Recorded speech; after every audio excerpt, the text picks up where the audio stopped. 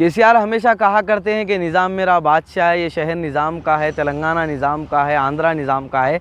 लेकिन अगर आप देखेंगे नेकलेस रोड का नाम बदल करके पीवी नरसिम्हा राव मर्ग रख दिया गया, हुजूराबाद कॉन्स्टिट्यूंसी का नाम बदल के पीवी नरसिम्हा राव के नाम पर रखा जा रहा है, नेकलेस रोड पर करोड़ों रुपए लगा करके पीवी नरसिम्हा राव के पुतले लगाए जा रहे हैं, जबकि इस इमारत को और इसके अतराफ सिर्फ मैं समझता हूँ कि चंद अगर 5 से 10 करोड़ रुपये लगा दिए जाएँ तो ये आबाद हो जाएगी। और ये हेरिटेज है हमारा 300 साल पुराना, इसकी हिफाजत करना क्या तेलंगाना गवर्नमेंट की जिम्मेदारी नहीं है।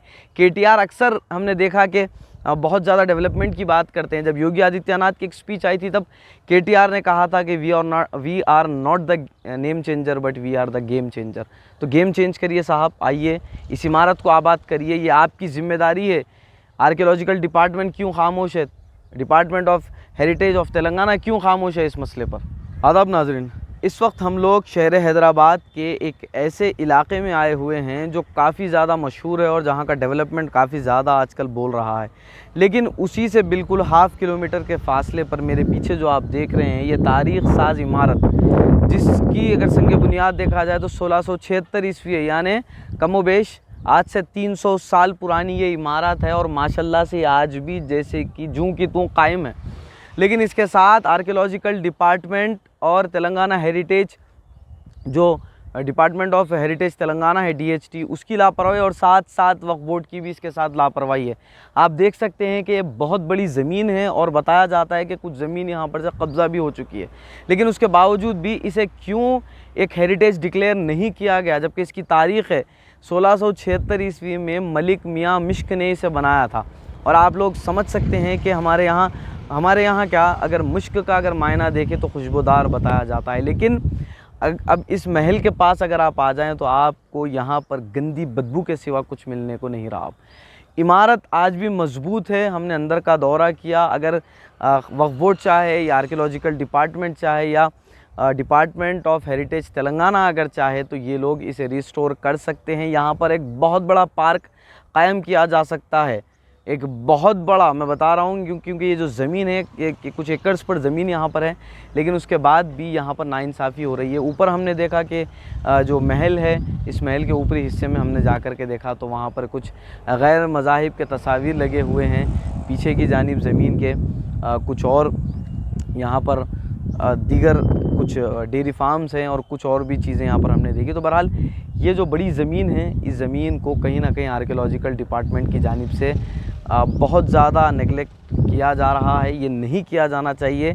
300 साल कदीम अगर इमारत है तो अगर इसे रिस्टोर किया जाए तो यहाँ पर ये जो होगा एक पार्क बन सकता है और आवाम के लिए काफ़ी सहूलत का भी सामान हो सकता है। और दूसरी चीज़, हेरिटेज जो होता है, हेरिटेज की हिफाजत करना ये डिपार्टमेंट ऑफ हेरिटेज की ज़िम्मेदारी होती है। अभी हम लोग देख रहे हैं कि यहाँ पर सिर्फ़ और सिर्फ आवाम जो है वो इस महल में या इस महल की ज़मीन में सिर्फ जो है इसे पेशाब खानों में तब्दील कर दिया जा चुका है। जैसा कि हमने बताया कि मलिक मियाँ मिश्क जो है वो अबुल हसन तानाशाह के जो गवर्नमेंट थी उस वक्त, ये उसमें एक रूलर रह चुके हैं और उसके बाद 300 साल पहले कमोबेश इसे बनाया गया। लेकिन आर्कियोलॉजिकल डिपार्टमेंट या फिर डिपार्टमेंट ऑफ हेरिटेज तेलंगाना के अगर वेबसाइट पर जाके देखेंगे तो मियाँ मिश्क के नाम से, मलिक मियाँ मिश्क के नाम से सिर्फ एक ही मस्जिद जो है वो उनके पास उसका एक जो है प्रिज़र्व किया हुआ है, लेकिन इसका ज़िक्र तक उनकी वेबसाइट्स में नहीं है। तो ये नेगलेक्ट क्यों किया जा रहा है? क्या कहीं यहाँ पर कब्ज़ा करने के लिए तो उन तमाम लैंड ग्रैबर्स को दावत नहीं दी जा रही कि आप आएँ और इस ज़मीन पर कब्ज़ा कर लें? फिर बता रहा हूँ, ये बिल्कुल अत्तापुर मेन रोड से बिल्कुल आधे किलोमीटर के फासले पर है और क़िला गोलकुंडे से सिर्फ़ और सिर्फ 4.6 किलोमीटर है।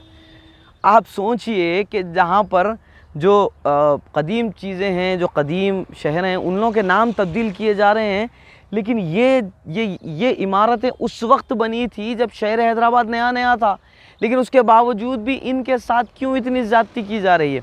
देखिए, अगर आप दूसरे स्टेट्स या दूसरी कंट्रीज़ में अगर चले जाएँ, अगर आप देखें अब्रॉड में अगर आप जाएंगे तो उन्होंने अपनी जो तारीख़ी इमारतें हैं उन्हें सेव करके रखा है और उनके अतराफ़ इतना बेहतरीन डेवलपमेंट पार्क्स वगैरह बनाया है कि आवाम वहाँ पर जाती है और उसकी एक हिस्ट्री क्रिएट की जाती है।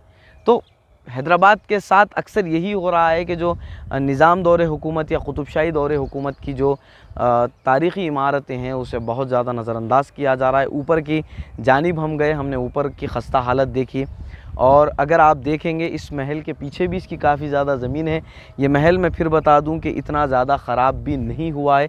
इस जानिब अगर आप देखेंगे तो यहाँ पर एक किले की दीवार बनी हुई है, और दूसरी चीज़ इसके अंदर से एक ज़मीन के अंदर से एक रोड दे दी गई है। पता नहीं ये रोड कब दी गई, लेकिन ये क्योंकि हम देख रहे हैं कि इसके जो है दीवारें चारों तरफ से उठी हुई हैं, लेकिन उसके बावजूद भी इसके अंदर से रोड दी गई। सड़क वहाँ से भी इस्तेमाल किया जा सकता है। इसे सेव करना बहुत ज़्यादा ज़रूरी है, आपकी और हमारी ज़िम्मेदारी है। हम तेलंगाना हुकूमत से गुजारिश करते हैं कि वो जितना जल्द हो सके इसे सेव करें। अगर आप ऊपर की जानिब देखें तो ऊपर बड़े बड़े झाड़ उठ गए हैं। ये हालत हो चुकी है इमारत की। 300 साल कदीम इमारत ये है और इसके ऊपर इतने बड़े झाड़ आ गए हैं। हमने अंदर जा कर के देखा, इतनी खस्ता हालत में ये नहीं है।